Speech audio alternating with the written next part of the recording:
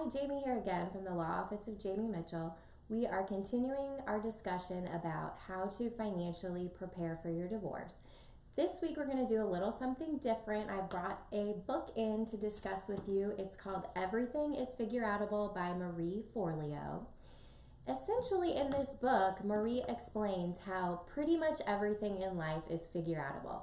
And I think that applies best to money problems because those are something we have the most control over and can take the most action to solve.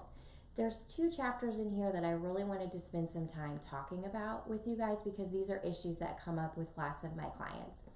The first one is eliminate excuses. A lot of people make excuses for not doing things, not being able to do things. I can never afford to get divorced. I can't make my situation better. And that's just not true. Literally, everything is figuraoutable, and you can figure that out too.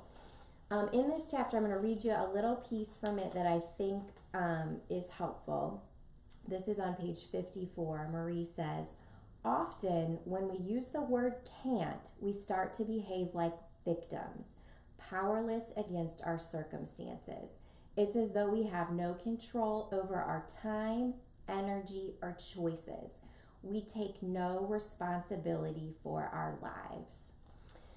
I see so many people come in who feel like victims of their circumstances, especially when the other party has been the one that's controlling the money. They feel like they can't do anything to help themselves. And that's just not true. You may not know how to do it right now, but that's why we're here, and that's what we can help you figure out, and we certainly will do that with you. The other chapter that I think is so important is start before you're ready. We also see a lot of people that come in, they know what they need to do. They know that this relationship is over, it's time to get divorced, but they're just not ready yet. Here's the thing, you may never be ready. It's never going to be the perfect time. You're never going to have the perfect amount of money in your savings account. You're never going to have all the answers at the beginning. And that's normal.